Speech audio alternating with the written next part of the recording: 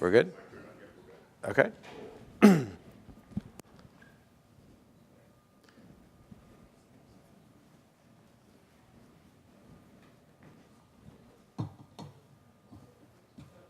Hi, everyone. On behalf of the Russell Sage Foundation, the Alfred P. Sloan Foundation, and Duke University, it's my pleasure to welcome you back to the Summer Institute in Computational Social Science.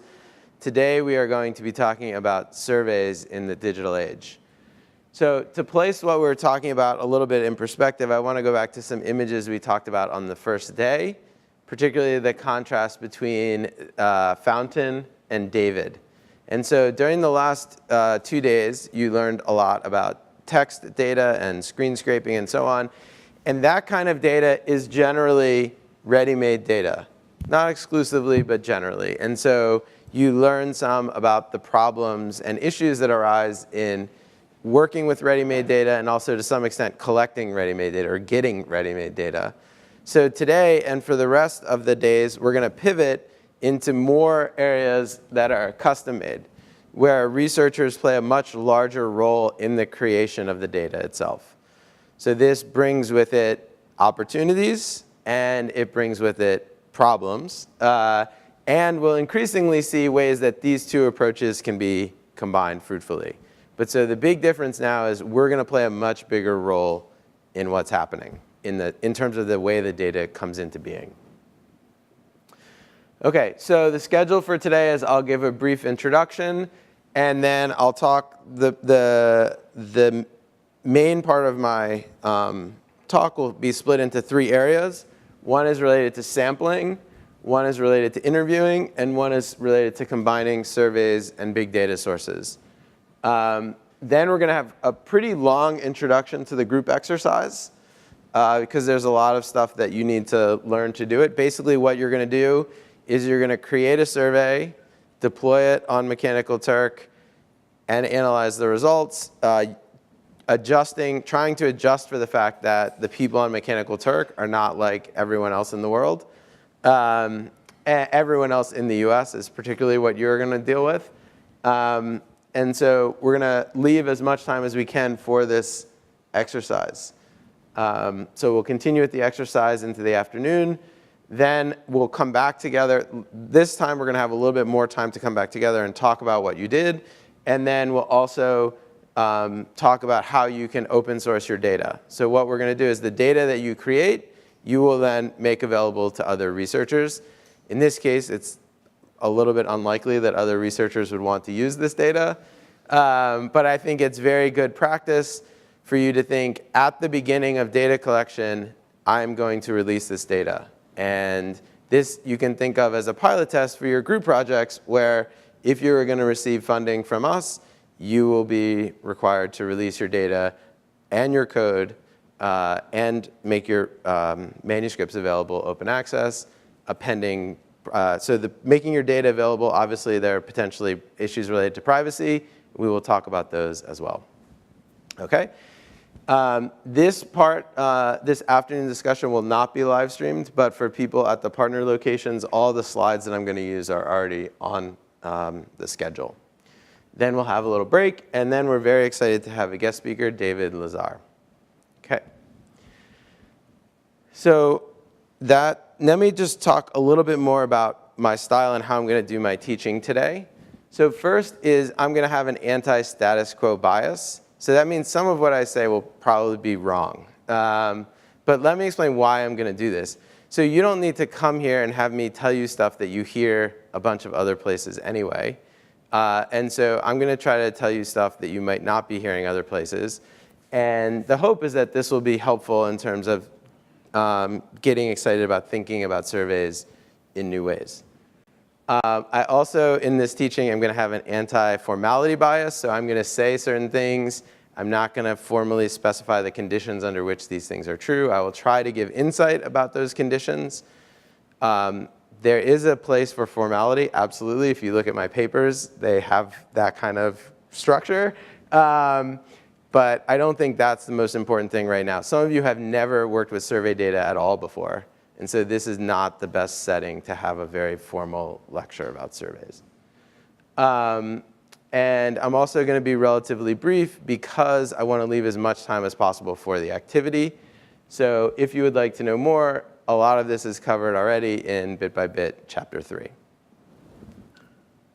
OK, so one of the questions I get most often about surveys is, why should I care about surveys? So there is this idea among, I would say, many data scientists and some social scientists that surveys are old-fashioned, surveys are broken, surveys are expensive. We don't need surveys when we have digital trace data, because digital trace data gives us a direct window into the truth. And surveys are an incredibly broken instrument that doesn't reveal what people think they reveal. So obviously, as we've learned for the last 2 days, digital trace data does not give you a direct window into the truth. And there are certain things that you can do with surveys that you can't do with digital trace data. So surveys have proven to be a very important measurement device in the social sciences for the last 50 years. Most of what we know about the social world that comes quantitatively comes through surveys. And so I think it would be unwise to completely discard this measurement device that has worked so well for so long. But I do think we do need to think about how we can use this device in new ways. How can we modernize the way that we approach surveys? Because there's a lot of stuff that we could do now that the pioneers of survey research could not do at all. So why should I care about surveys in the age of big data? Again, I think the reason is that big data has a bunch of problems. I'd like to illustrate why I think surveys are not going to go away. And the first is the limitations of big data. And particularly, there's this FUBU versus new FUBU. So FUBU, so if anyone here is my age, they will remember this company called FUBU that was very popular when I was in middle school. They made clothes. And it stood for us, by us. And I think most big data sources are nufu, nubu. They are not for us, and they are not by us. So I think a lot of the problems that Chris talked about over the last 2 days come from the fact that a lot of these digital trace data, they're not collected by people who are interested in doing social research in the kinds of questions we're interested in, and they're not intended for that purpose. So there are a lot of things, for example, that companies actively don't want to collect that researchers might. So for example, many companies might not want to know things about the race and ethnicity or the religion of the people who are using their platform. Many researchers actively want to know that stuff. Many companies may want to know the credit card numbers of the people using their platform. Many researchers probably don't care about the credit card numbers. And so you see there is this kind of fundamental differences in the kinds of things people care about. And then there's also a difference in the way the data is created and stored. So for example, social researchers might be interested in knowing about the complete sort of evolution of the Twitter graph, let's say.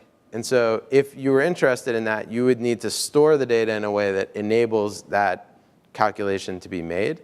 But if you're Twitter and you're interested in running a service, all of that information is not necessarily important. You mainly, potentially, you only need to know what's the state of the graph right now. And I want to store the data in such a way that I can do things with it as quickly as possible. And so even in the way that data is stored and archived, often social scientists get frustrated when they see how these things are done. And again, that's because of a difference in goals. So I think that is a major fundamental limitation, and that is not going away. So I like to think about what are the things that are going to stay the same, and what are the problems that are going to go away as technology improves, and what are the problems that aren't going to go away. So if you said, oh, a big problem we have is that we don't have enough hard drive space, I would say, well, OK, I'm pretty sure that's going to get easier and easier over time. Or we don't have enough computing power. That's going to get easier and easier. The difference in alignment between people working at companies and between people working in universities in terms of the kinds of data they're interested in collecting and the way they store it, I think that is not going to change. Second is there's an important difference between internal states and external states. So sociologists in particular are often interested in things like attitudes, expectations for the future, emotions. things like this. And these are internal states. They're very different from behavior. So you can say, I can measure people's behavior. I can measure how often you buy something, or I can measure how often you read certain things in the newspaper. And sometimes we may actually care about your behavior, but sometimes we may care about your internal states. And it can be very tricky to infer internal states from external behavior. And so if the thing that you care about is internal states, like emotions, like attitudes, then often the best way to learn about them is to ask. So let's say I want to know your attitude about the war in Syria now. So that is something that people may be researchers may be interested in, that either as an outcome, they want to understand why you have the opinions you do, or they might want to understand how that opinion shapes some other thing. And so even if I had all of the data about everything you do, all of your behavior, it's potentially very tricky to infer that internal state. And so that's why often when we want to know about internal states, like how you feel about the war in Syria, we ask you. So the third reason why I think we will always need to ask is the inaccessibility of big data. So as we've talked about before, it's basically most of the data that we would like to have access to, we don't have access to. And that is also something that I think is not going away. So I had, a few years ago, I used to think, oh, these companies, what are they doing? They should just give us access to this data. Why are they being so greedy? And don't they realize how we're going to help save the world? And then I spent a year at Microsoft Research, and I saw that the people inside of these companies also wanted to do nice things, and they're just fundamental legal barriers, they're fundamental privacy barriers. As a customer of some of these companies, I'm actually happy they are not giving out this data. Like my cell phone provider, I am really happy that they are not sharing data with researchers, as far as I know. There may be certain ways that it could be done responsibly, but that is a very, very hard problem, and I think that problem will not go away as technology improves. And so all of these things, I think, are really fundamental barriers that will not go away. And so I think we're going to continue to see surveys as a big part of the research endeavor for the foreseeable future, even as technology continues to improve. But that doesn't mean we should do surveys the way that they were done in 1950. So just stepping back briefly for those of you, I want to give a tiny, tiny history of survey research, because I think it helps inform where we are today and where we're going in the future. So the first era of survey research, which you could say started around 1940, let's say, the sampling, there are two main parts to a survey, is finding the people to talk to and then talking to them. So those are two really very separate things that we shouldn't blur together. And so in the first era of survey research, there was area probability sampling. And so in this, they would generally pick certain areas randomly and then send interviewers to go to those areas and knock on people's doors and ask them questions. So these interviews were all done face-to-face. And so this went on for a while. And then in the 60s and 70s, in wealthier countries, there was a technological change. So there was widespread diffusion of landline telephones.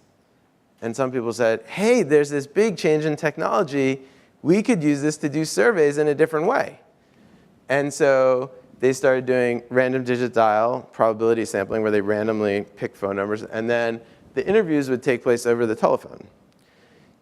This is kind of the framework that many of us social scientists have learned about. The transition, however, was incredibly contested. So when people said, let's do these random digit dial things and talk to people over the telephone, people said, you can't do that. Not everyone has a telephone. And that was true. And people may answer differently over the telephone than they would face-to-face. And that was also true.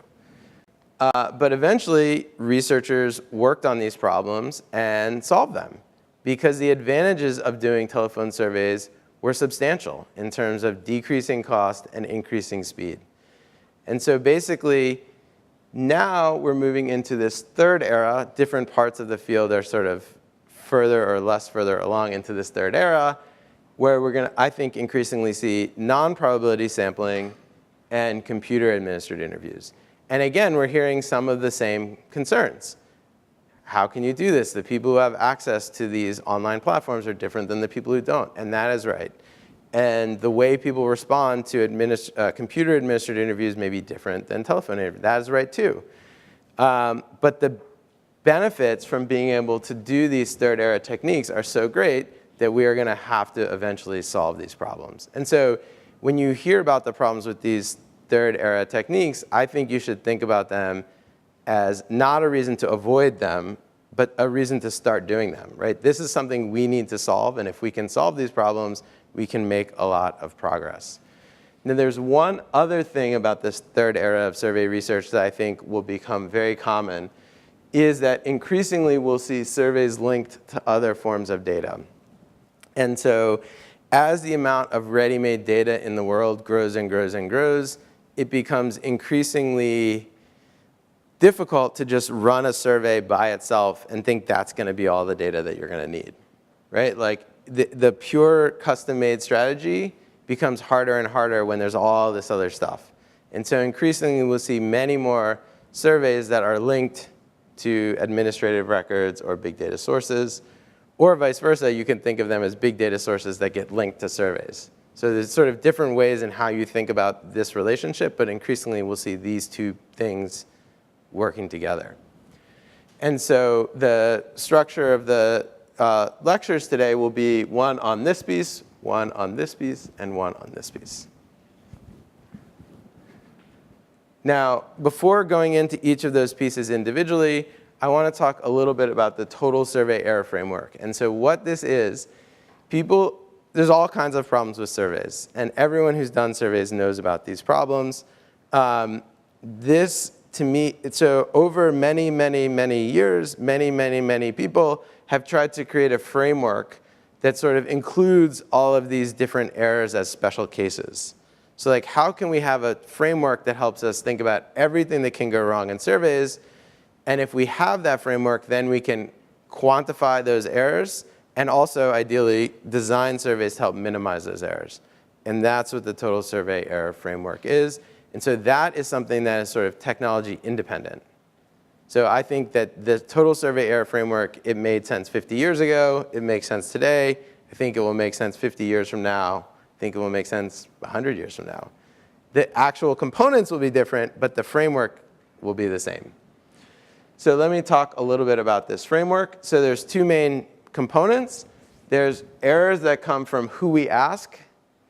This is sometimes called representation. And then there are errors that come from how we ask. So even if we do a census, for example, let's imagine we talk to every single person and we ask them, let's say, how many times did you go to the doctor 10 years ago? Like, you have no sampling error, but you potentially have a lot of measurement error. And so we should also think about what are the kinds of errors that go away as we get more data, and what are the kind of errors that don't go away as we get more data. And I think particularly a lot of these measurement errors do not necessarily go away as we get more data, and so they are going to become increasingly important. Okay, so just to put these total survey error into the context of a modern example, so this is the inauguration of President Trump. This was a surprising event to many people, given that polls had predicted that he wasn't necessarily going to win. And so after this, APOR, which is the major survey research organization in the US, had a blue ribbon panel to try to figure out what went wrong in the 2016 polls. Why is it that they made this incorrect prediction? And so basically, what you can do is you can think that a lot of their answers are going to come down to either one of these two buckets. They're going to be problems with who we asked, or they're going to be problems with how we asked, what we were able to learn from the people we talked to. So let me now walk you through a little bit about who we ask and the different ways people like to think about the errors that arise. So survey survey researchers like to think about a target population. So this is the group of people that you want to learn about. So this could be registered voters in the US, or it could be adults in the US, or it could be researchers interested in computational social science, whatever population you're interested in making an inference about. If you hear someone make an inference about some population, it's often a good thing to say, what is the population you are trying to describe? And if they can't answer that question, that is potentially a yellow flag. So once you have this target population, then you often are not able to fully access that population. So you have to have a frame population. This is the population from which you're going to take a sample. So let's say we're interested in registered voters in the US.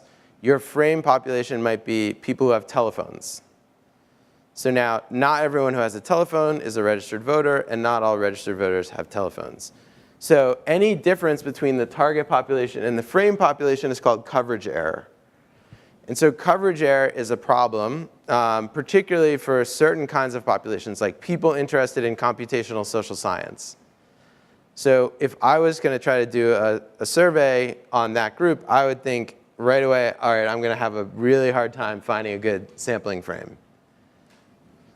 And so even if your sample gets really big, that's not going to solve this problem with coverage error, because you will never learn about the people who are not on the frame population.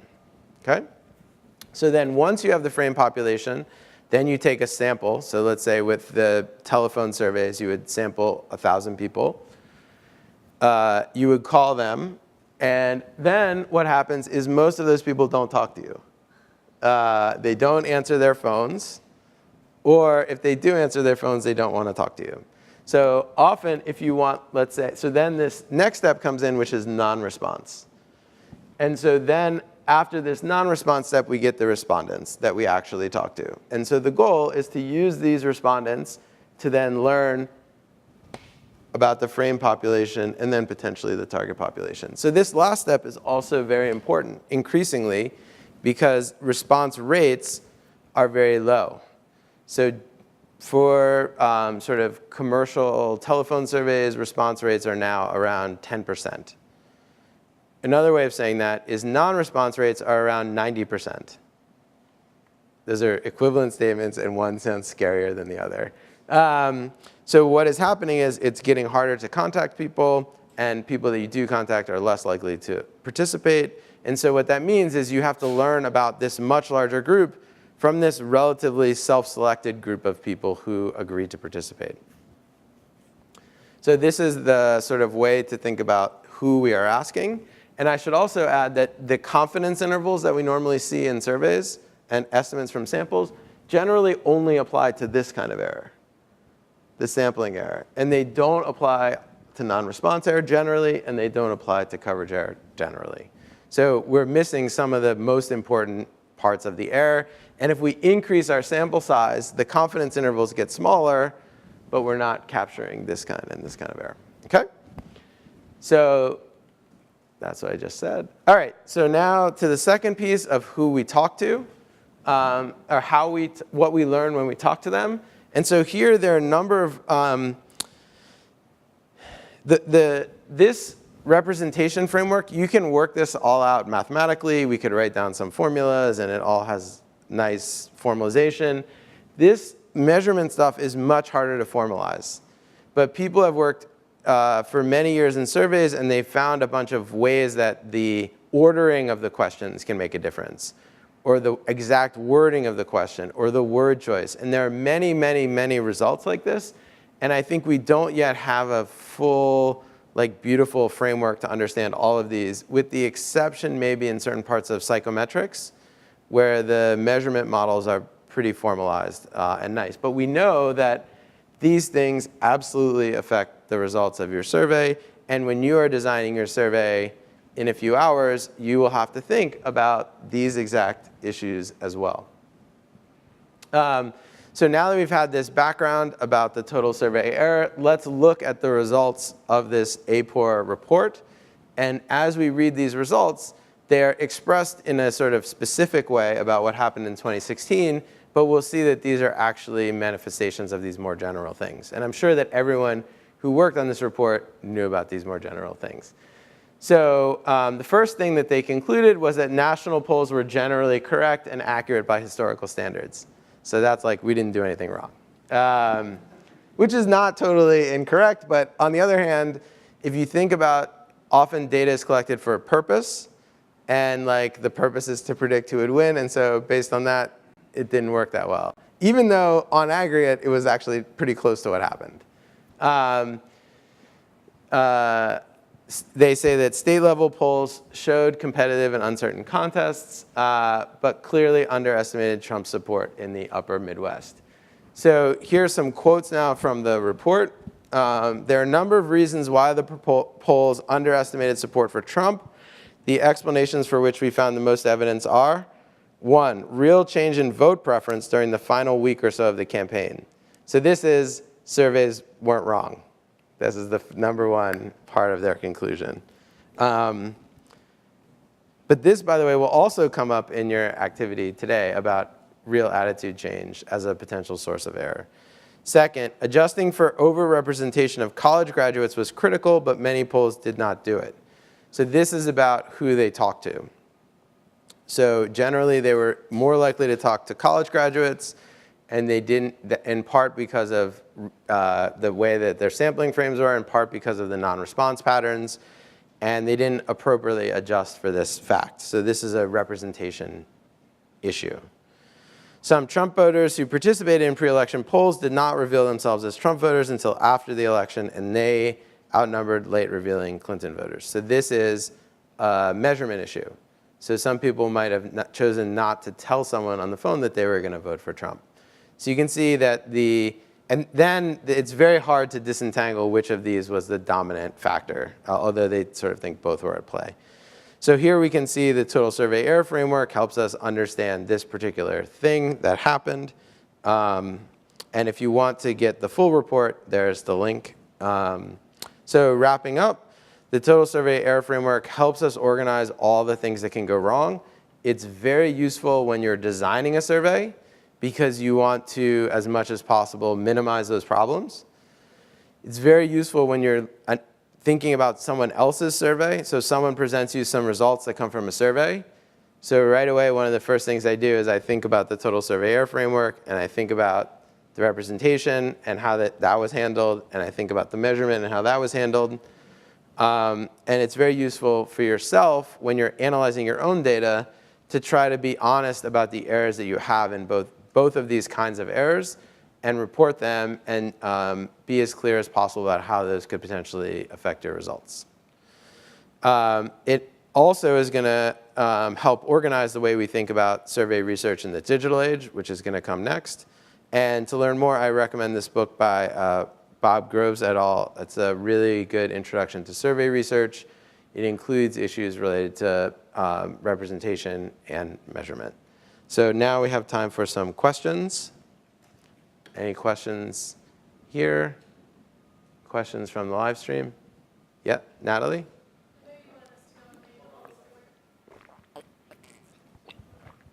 I know you wanted us to go and read the whole report, but can you briefly explain how they separated actual change from unwillingness to report? I think it's very difficult to separate those things given the data that we had. Because again, those data weren't necessarily designed to answer that question. And so my guess would be that in the next elections, there will be studies that are going on that are specifically designed to address those questions. But I don't think we'll ever really know about this one definitively.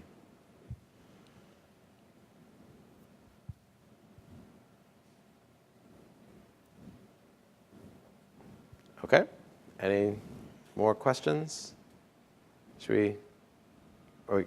OK. Let's move to the next section. OK,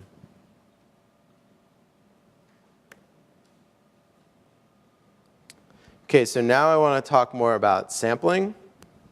And so we'll talk about sampling in the context of surveys. But it's also the case that sampling arises in many other areas as well.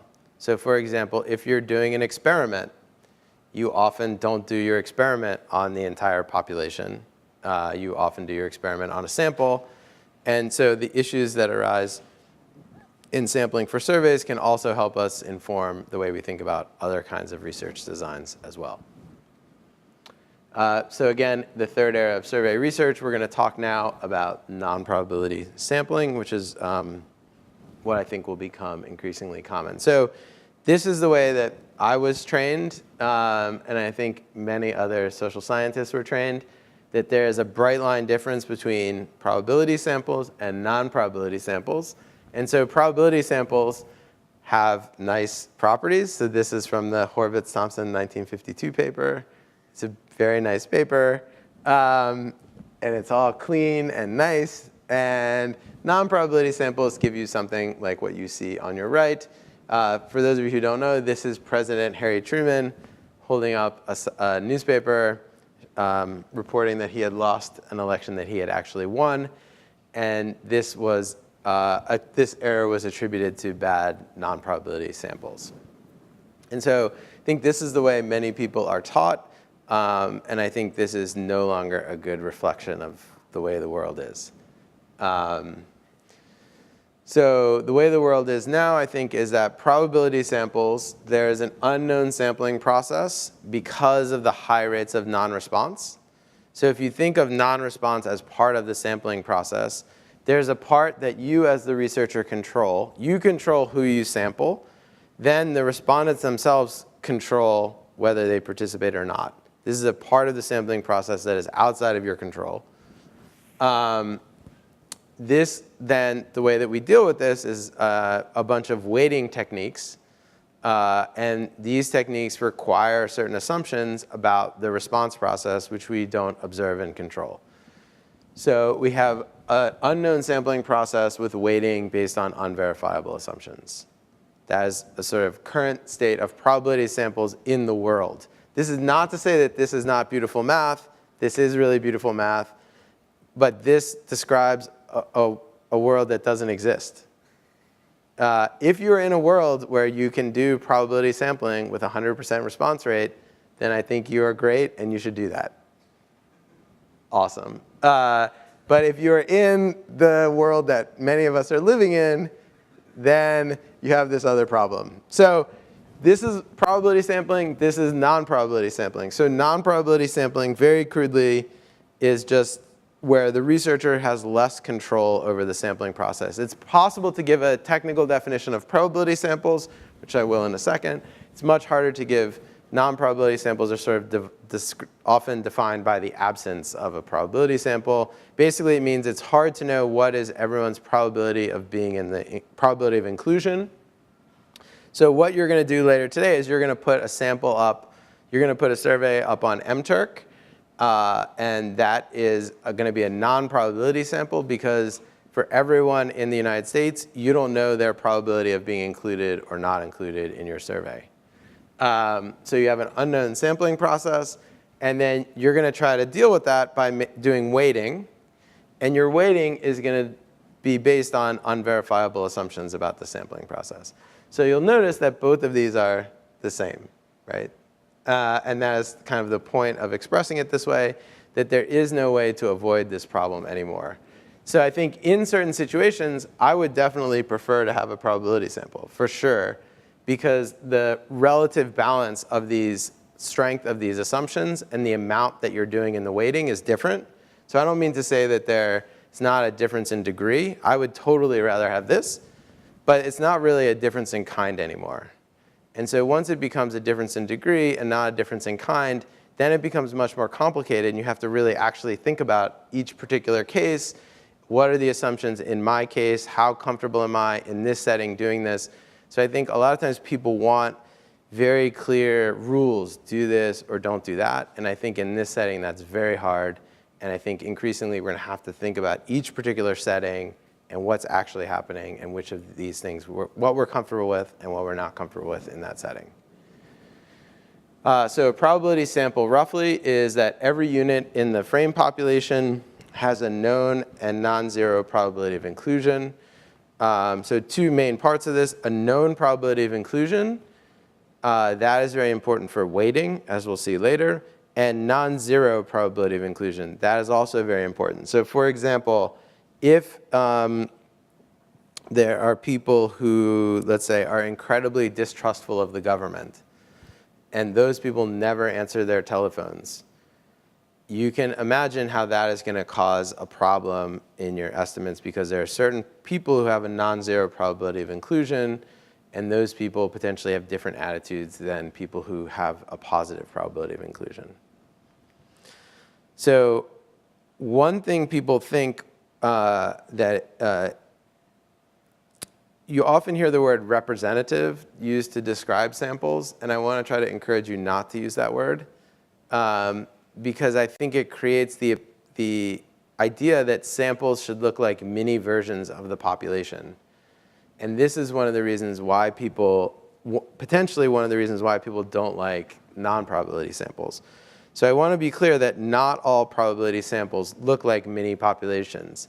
A lot of probability samples look like very distorted versions of the population, and that is intentional. That's created by researchers to improve efficiency. And I'll give you some examples of this in a second. And so once you get used to the idea that your sample is not going to directly stand in for your population, but you're going to have to reweight the sample, then I think some of the ideas from non-probability sampling feel a little bit more natural. So for example, the studies that are used to estimate the unemployment rate, that does not look like a mini version of the US population. There's oversampling of certain groups in order to save money and allow for certain estimates to be a given level of precision. So surveys that you sort of think of as high quality are not mini populations. So even if the sample doesn't look like a mini population, if you have the right weighting, you can produce unbiased estimates of the frame population if you know enough about how the sample was created. So in the world of probability samples where you have total control, this is totally great and true, and you can write theorems about it, and it's awesome. In the world where you don't have total control, what you're going to end up doing is trying to approximate the way the sample was created and then use weighting to kind of undo those biases. So I think the two main insights that we can take away from probability sampling, the two main non-technical insights, I guess, are how you collect your data impacts how you make your inference. I think this is true in many, many areas as well. So when you are thinking about any kind of data, think about the process that led you to receive that data. And if anything that's happening in that process that's going to distort what you're seeing, you're going to need to have to undo that somehow. And then focus on properties of estimators, not samples. So the thing that we care about is the estimates. It's not the sample. And so you can have samples that look very strange, but can yield high quality estimates if you do the right kind of weighting. So the focus is really on the estimators and not the samples. So let me give you now an example of an example where we have a sample that is not a mini population, but then we can do weighting to recover good estimates. So this is a stylized version of the sample that's used to estimate the unemployment rate in the US. The actual thing is more complicated than this, but this is a stylized version. So I've drawn everyone, adults in the US here, and I've sorted them by what state they live in. And now let's imagine we took a simple random sample of adults. Then we would end up with many more people in California and Texas, because those are some of the biggest states. And we would end up very few people in Rhode Island, which happens to be my state of birth, which is an awesome state. And so people in Rhode Island, they need to know the unemployment rate in Rhode Island. And if you just took a simple random sample, you wouldn't have enough people in Rhode Island to get an accurate estimate of the unemployment rate in Rhode Island. And so what happens is called a stratified sample with unequal probability of inclusion. It's basically, let's imagine that we take 100 people or 1,000 people from each state. So then in the sample, we have let's say 2 people from Rhode Island, which is the same number of people that we have from Texas, which is the same number that we have from California. And so here, the sample no longer is a good representation of the population because there's way too many people from Rhode Island in the sample and not nearly enough from Texas and California. And so the way that we deal with that is when we make an estimate from the sample, we assign a lower weight to the people from Rhode Island. So each of these 2 people from Rhode Island stands in for a smaller number of people, but each of these people from Texas, they stand in for a much larger number of people. And so by weighting, we can compensate for the fact that not everyone was equally likely to be included in the survey. Okay? So this is a way of writing that down a little bit more mathematically. So for some outcome, let's say yi, whether they're employed or not employed, we can take everyone in the sample and we can divide by the probability of inclusion. So I want to talk briefly about that. So the probability of inclusion goes between 0 and 1. And so for people who have a lower probability of inclusion, they get more weight. That's the main idea in weighting. The less likely you are to see someone, the more you should include them in your estimates. This estimate is sometimes called the Horvitz-Thompson estimator or the pi estimator. So inference from probability sampling in theory is using something like the Horvitz-Thompson estimator where you have respondents and known information about the sampling, and that gives you the estimates. In probability sampling in practice, you often have estimated information about the sampling because you have non-response. And so you use auxiliary information and some assumptions. So I'll talk a little bit more about so an example of that auxiliary information is, let's imagine you are doing a sample and you see that 80% of the adults in your sample are women. So then you might say, well, I think that there's like 50-50 men and women in the country, and so something must have happened in the sampling process. And so I'm going to try to correct for that. So that requires auxiliary information. You have to know that about half the people are men and half are women. In certain settings, the auxiliary information can be much more complicated. So it could be about the age structure of the population, the ethnicity structure of the population, and so on. And then you make some assumptions, and you use that external information to help correct some of what happened in the sampling process. And then again, non-probability samples have a very similar structure. So here's an example of how you might approach that unemployment rate from a non-probability sampling perspective. You have a bunch of people that you've recruited in a haphazard way, let's say from a sample on MTurk. Then you place them into states. So it just so happens that our MTurk sample has some people from every state. And then we're going to say, OK, the 2 people that I found on MTurk from Rhode Island, I'm going to have them stand in for everyone in Rhode Island. And the 2 people I found from Texas, they're going to stand in for everyone from Texas. And then I'm going to do some weighting, and that's going to give me the right thing. So doing a summary of the people in your sample is not necessarily going to give you the right thing. But if you do the weighting correctly, that can potentially do that. Now, I should very clearly point out right now, there's some important assumptions that are embedded in this line of thinking. And so, for example, if people from MTurk tend to be unemployed, I mean, if we don't consider MTurk a form of employment, in the sense of, let's say employment is a 40-hour-a-week job with benefits and so on. And if that is the same across all states, then no matter how many people you get from MTurk and how you divide them into states, this is going to cause a problem because there's a part of the sampling process that you're not correcting for in your weighting. Okay? So here, one way of doing this is we're going to estimate the probability of inclusion for each person in our sample. So I've replaced the actual pi I with the estimated pi I. The hat often means estimate. And in this case, I'm going to estimate the probability of inclusion by the number of people in my sample in that group divided by the number of people in that group in the population. So there's 2 people in my sample from Rhode Island. There's, I don't know, 10 million people living in Rhode Island. I don't know. So then I would assume that, that's how many people these two people are standing in for. So a couple of important things. It requires this auxiliary information. It requires you to know how many people live in Rhode Island. It requires you to be able to place the respondents into groups. So what this means is that while you're collecting your survey data, you have to be able to think about what kinds of post-stratification you're going to do. Because if you don't collect the state, then you're not going to be able to do this trick. So when you are collecting your survey today, you will have to think about what kinds of post-stratification you will want to do, what kinds of adjustments.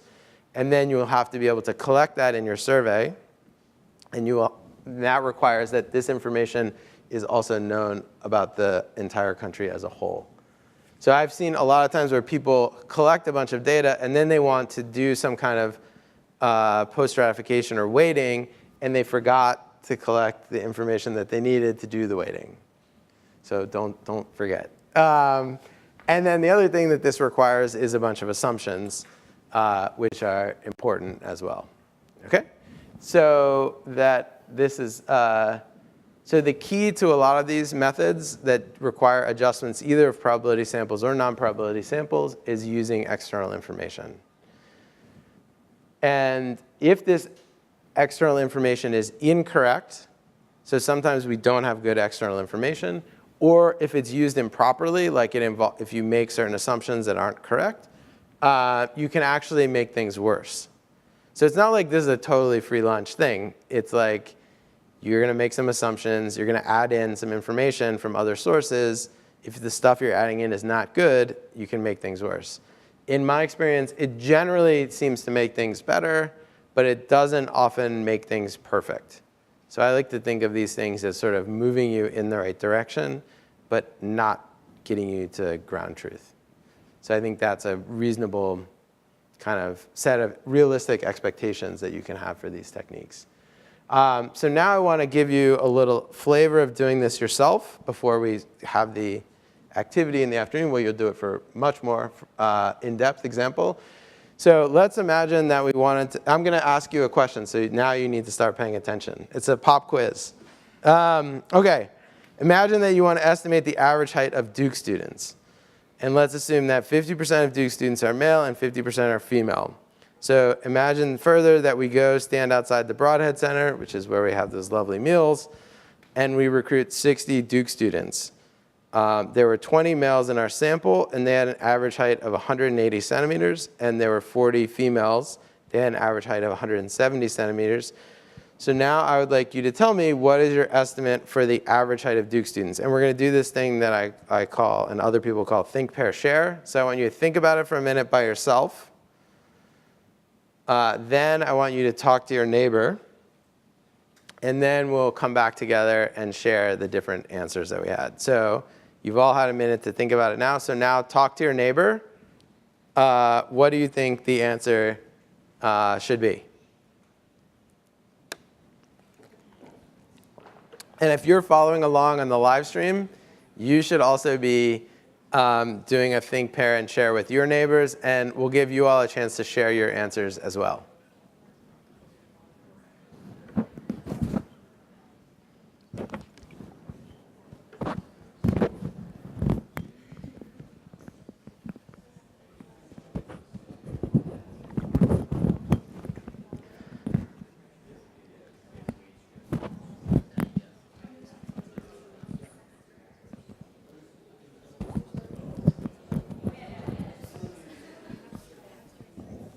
OK, 10 more seconds. So normally when I do these, I like to walk around and listen to what people are saying, but I didn't want to pick any of you up on the live mic.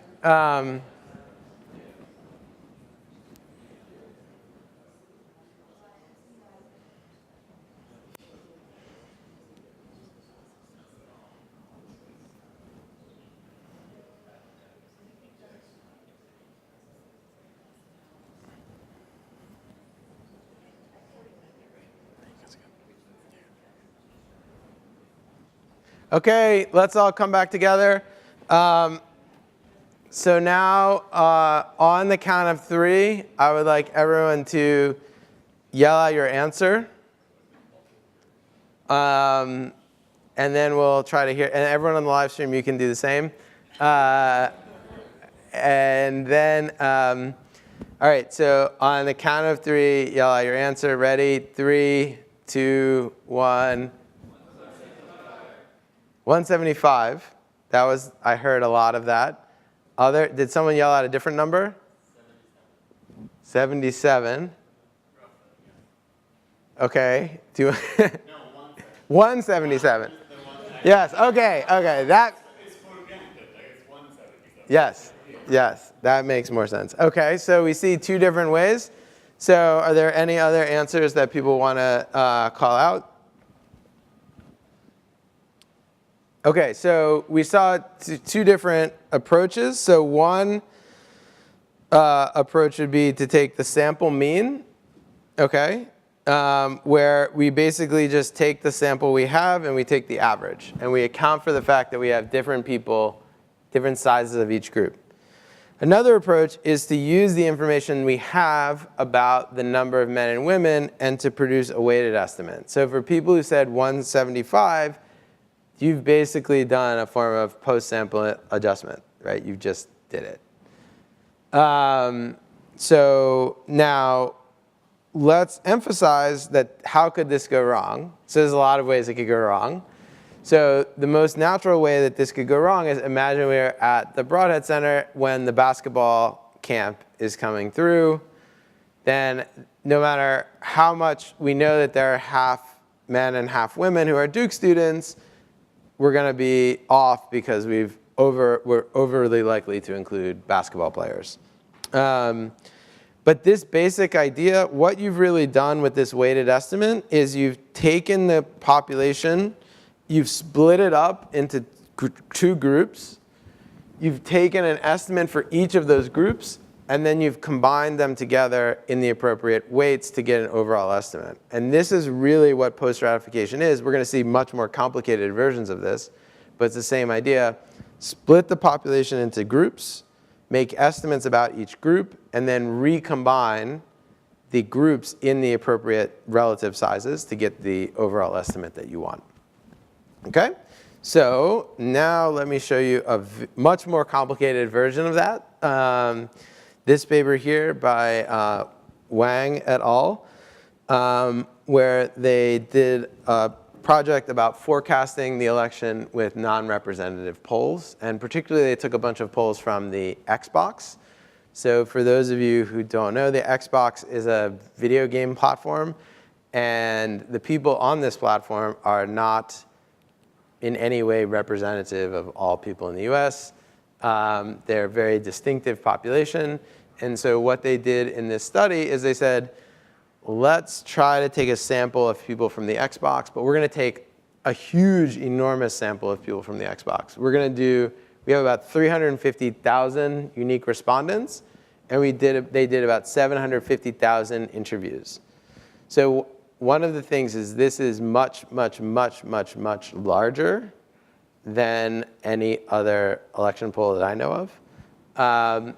And this is going to be important in a way that I will describe in a second. So sometimes we've talked about how big data is big, and sometimes that's just used to impress people. In this case, it has a very important scientific purpose, which I'll explain in a second. So if you just look at the sample by itself, it is very not reflective of the people who vote in elections. So this sample is almost 80% male. And its sample is much more young people, 18 to 25-year-old males, 18 to 29-year-old males, which is what you might expect in a sample from the Xbox.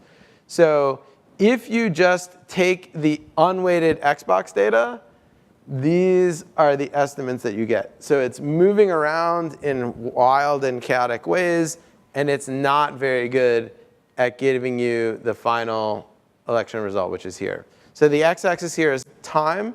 The y-axis here is the support for Obama in 2012. The dotted line going across is the true value. So the unweighted Xbox data, not good. And this goes along with what people say of like, you can't trust non-probability samples. So unweighted non-probability samples likely to not do very well. When you apply weights, however, you get this line here, which actually tracks the final results quite well. And you can compare to this line here, which is from pollster.com, which is an aggregate of traditional telephone polls. And so this non-probability sample with weighting is able to do better than an aggregate of traditional telephone surveys. So this is the result, and we're going to talk a little bit more about how they did this. But the one nice thing about this result, and one thing that will become important whenever you're trying to present a new method, is that you will see the new method is not perfect, right? So this is not, the Xbox weighted was not perfect. And so often people say, oh, these new things, they're not perfect. And that is totally true, they're not perfect. So what these people did in this paper, what Wang et al. Did, which is very nice, is they compared to the current status quo. So they compared to pollster.com, which, by the way, is also not perfect. And so I think this is one way of thinking about, as you're doing research with new things, you're going to constantly come against the criticism that what you're doing is not perfect. And that is almost certainly true. And so it's very important to have a benchmark that you can compare against. And if you can show that what you're doing is better than sort of currently standard practice, then that's very helpful. And you can say, yes, ideally we would like to get to perfect, but this is not perfect. This is one step in the right direction. So having a clear benchmark that you're competing with, let's say, can be very helpful as you try to do something that's new. So this study generated a lot of controversy. Actually, people didn't like it. And then Andrew Gelman, one of the authors of this study, some of you may read his blog. He put up a blog post with this title: President of the American Association of Buggy Whip Manufacturers takes a strong stance against internal combustion engine, argues that the so-called automobile has little grounding in theory, and that the results can vary widely based on the particular fuel that is used. So this is actually in response to some criticisms of researchers and newspapers that have started to use non-probability samples. And so let me replace Buggy Whip manufacturers with a statement that I think is not totally crazy about non-probability samples, which is that they have little grounding in theory. I think that is actually not appropriate. There is a grounding in theory, but there are not theoretical guarantees in the same way. And the results can vary widely based on the way the non-probability sample was done. I think that is definitely true, and the way that the weighting was done. So I think we've sort of moved from a world where it was like pretty clear, everyone wanted to do probability sampling, it was pretty clear how that should be done. And now we've moved more into a world where when people do non-probability sampling, it's much harder to assess the quality, and it can vary from application to application. So some of the authors from this first paper, Shard Goyle and David Rothschild, then published a follow-up. Actually, it's not yet published. They've created a working paper where they use some of these same techniques to try to take a sample from Mechanical Turk, but a much smaller sample. So when we talk more about how these techniques work in practice, you'll see that the size of the sample is very important, because roughly when we split up, remember I said the recipe is kind of split up the population into chunks, make an estimate for each chunk, and then put all those chunks back together. The more chunks you split the population into, generally the weaker the assumptions you need. So one of the tricks in this Xbox paper is that the enormous sample means that they can split the population into lots of small, very small chunks, and that means they need weaker assumptions. So in this paper, Goyle, Obang, and Rothschild said, what if we just do this with a much, much smaller sample? How well will this technique work? And that's what you all are going to find out this afternoon. So the technique that they used is called Mr. P, and we'll learn more about it later. It's just one of many ways to post-stratify non-probability samples. The performance of these techniques is an empirical question. So there are certain, like theoretically, we can say under these conditions this will work, but whether those conditions are met in practice or not, we don't know, and it will vary from situation to situation. And so It's really an empirical question at this point, I think. And then many of these reweighting techniques can also be applied to big data sources and also experiments. So we also tend to think of big data sources as being complete, but they're often not complete. They're complete on the wrong population, potentially. And so a lot of ideas from weighting can potentially be used to adjust for the fact that you only have data on some of the people and not all of the people. One last thing is that a lot of the weighting, the non-probability sampling techniques I've talked to you about today focus much more on taking a sample and then trying to fix it after the fact. There's a whole different set of methods that focus on how the sample is collected and trying to do a better job of getting the sample to look more like what you want it to look like. So one version of this is called quota sampling. It's actually quite an old technique. So imagine that you were standing outside the Broadhead Center doing your sample of heights. You might notice, okay, we've got many more women in our sample than men. So let's try to find some more men to make sure that our sample looks about the way it should look. This is called quota sampling. This has a very bad reputation because it can go wrong for certain reasons. There are now more sophisticated techniques that try to do something like that. But in general, when there's a problem, there's often two solutions. One is to fix it after the fact, and one is to fix it before it happens. And I want to emphasize there are ways of trying to deal with these issues on the front end rather than just the back end. And I guess finally, we should not let what happened in 1948 prevent us from trying new things today. There are examples of non-probability surveys that go terribly wrong, but that was a long time ago. We know much more now than we did then. So here's my guess about the future. Obviously, if I knew the future, I'm not sure that I would be doing what I'm doing now. But this is my guess. So if you think about survey cost and survey error, these are kind of the two fundamental things that are going on in a lot of surveys. There's a great book, by the way, Bob Grove's, called Survey Cost and Survey Errors. It's a really, really good book. And I want to just say one thing about cost, because I think it's important. So a lot of times academics like to ignore cost. They like to say, they focus on error. They're like, how accurate is this? And they, for me to say, I've got a way of doing something and it's 10 times cheaper, you might be like, well, what are the errors like? You wouldn't be like, 10 times cheaper, that's great. Let's think about what we can do with that. So I think we have to remember that at the heart of surveys is concerns about cost, right? Sampling is inherently a cost-saving technique. We would have lower errors if we did a census. No one expects that we will do a census every single time. People are willing to accept a certain amount of error for cost savings by doing sampling. So if someone says to you, oh, I don't care about costs, then you should say, well, I hope you're doing a census.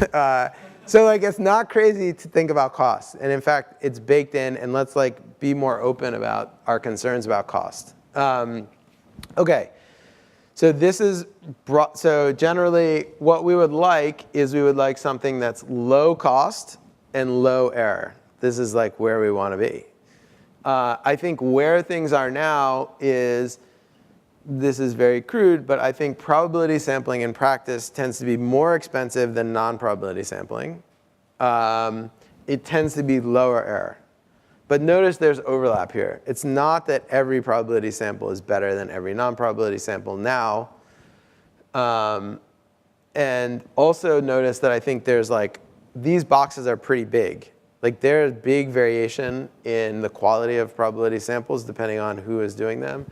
And same with non-probability samples. So this is a sort of representation of my approximation of where the world is today.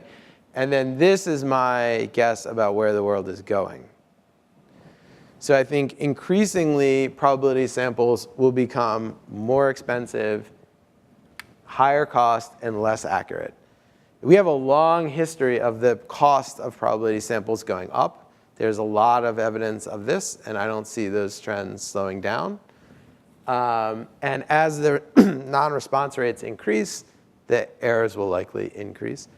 Non-probability sampling, again, I see getting much better very quickly, and I see costs coming down very quickly. So in addition to thinking about where the world is today, try to think about where the world is going to be 5 years from now or 10 years from now.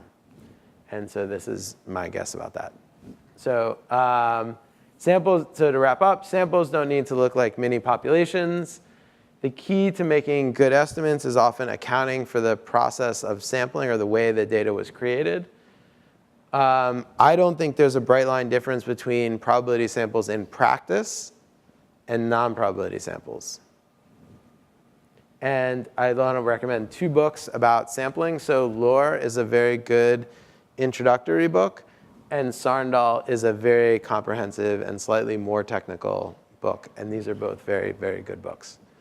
So any questions from people here, questions from people on the live stream?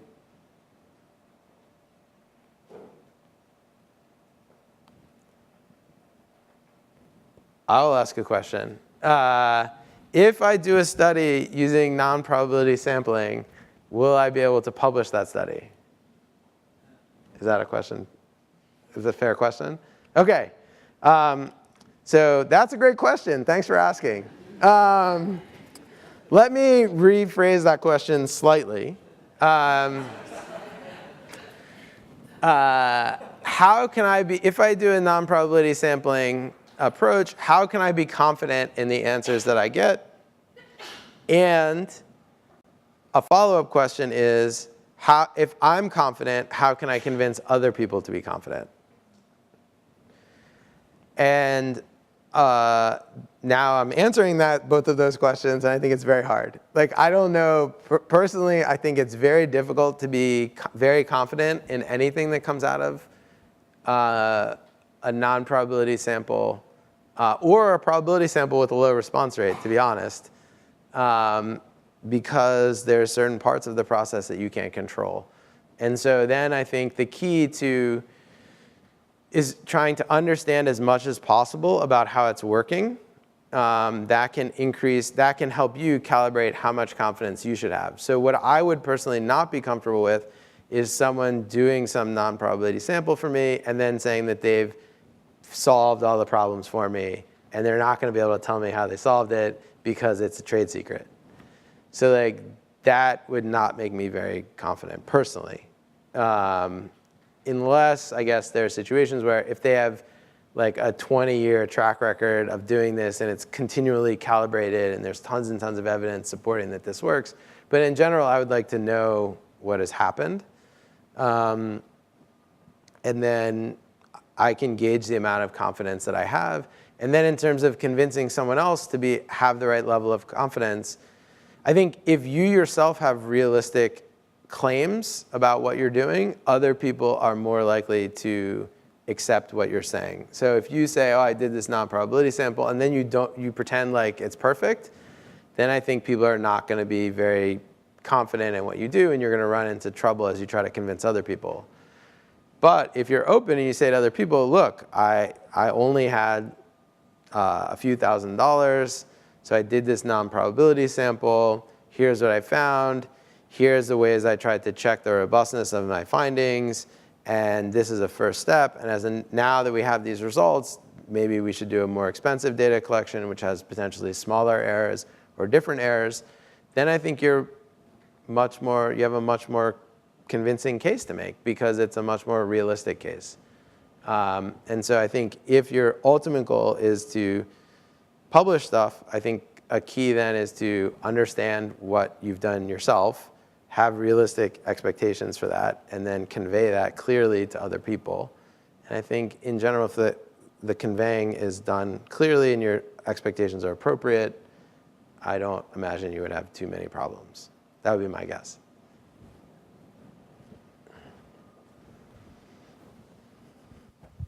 So some sampling methods follow the edges on a network. Yes. Could you speak a little bit about the problems with those sampling and how do you correct for them? Sure. Network sampling is something that I myself have done research about for a long time. And a number of the issues that we heard about here come up in the kinds of network sampling research that I've done. So I guess I would say a couple things.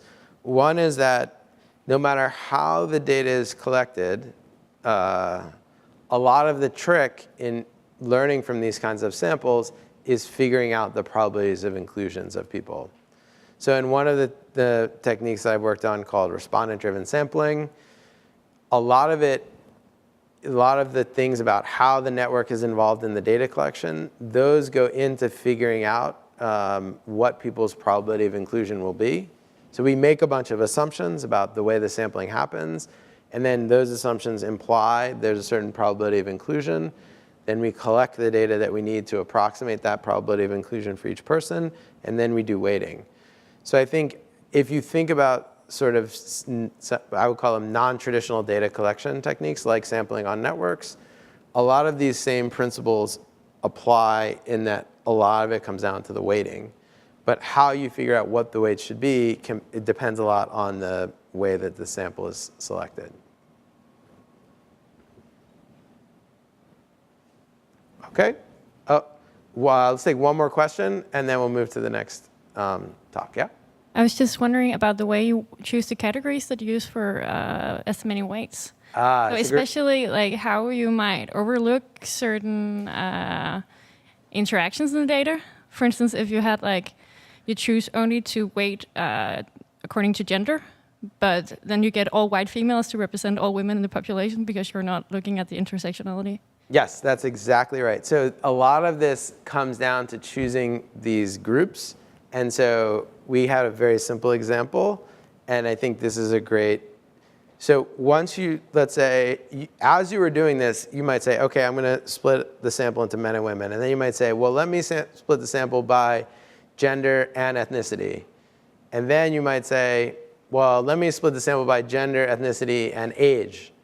And then you might, so there's like this constant desire to keep splitting the sample because your idea is that you want each of these groups to be as homogeneous as possible. You don't want people to be standing in for people that they're not similar to. So yeah, a little bit later, we'll talk more about the biases that can come if you have these, don't split the groups up right. But in practice, it's very hard to know that you've done it right or not. But there's a strong desire to make more and more groups. And having a bigger and bigger sample helps you make more and more groups. Because let's imagine we wanted to split our sample from outside the Broadhead Center into like by gender, ethnicity, age, and country of origin. That's already too many groups. Like that would be more than the sample we have. And so there's sort of two ways around that. One is have bigger samples, and two is to do certain kinds of modeling. And we'll learn about both of those in about an hour. Okay? Great. Thank you, everyone. We're going to move to the next chunk now. And then we're going to take a break after. Actually, when's the break? We're going to take a break right now. And then come back to see pictures of cute kittens. The break is until 10:30. It's 10:30 now. Okay, the break is until 10:35.